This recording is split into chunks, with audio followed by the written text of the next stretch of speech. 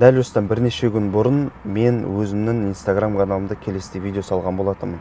Ипотека саласын оқытсам ба деп жүрмін деп. Сол кезде бір-екі оқырманым жазып жүрді: Мақсат мырза, біз басқа қаладан келеміз, 3-4 күнге оқуыңызды жоспарлап қойсаңыз болғаны деп. Енді достар, қазір методиканың бір 20-30% ғана былай дайындап қарастырудамын да, 3-4 күнге кіргізу мүмкін емес. Неге?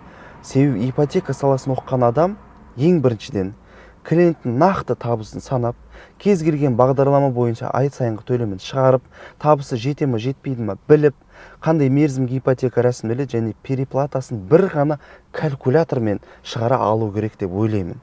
Мен өзім жеке пікірім. Кемінде бір 10 күн қажет болады деп ойлаймын да. Сондықтан осы саланы оқыған, осы саланы оқытып жүрген адамдар, өздеріңіздің жеке тәжірибелеріңізбен бөлісетін болсаңыздар, яғни қаншалықты бұл бағытты қысқартып айтуға болады, немесе сіз осы курсты өткен кезде сізге не жетіспеді, осы мәселе мына менің курсымды, методикамды дайындау барысында үлкен бір керемет ақпарат болатын еді. Керемет өздеріңіздің бір тәжірибелеріңізбен бөліссеңіздер, достар. Мен жеке пікірім солай. 3-4 күнде өткізу мүмкін емес секілді. Кемінде бір 7 күннен 10 күнге дейін уақыт қажет деп ойлаймын. Сондықтан осы салада тәжірибесі бар адамдар, номерларыңызды қалдырсаңыздар, немесе өткен адамдар сіздерге не жетіспеді, ол мен үшін нұр үстіне нұр болатын еді, достар.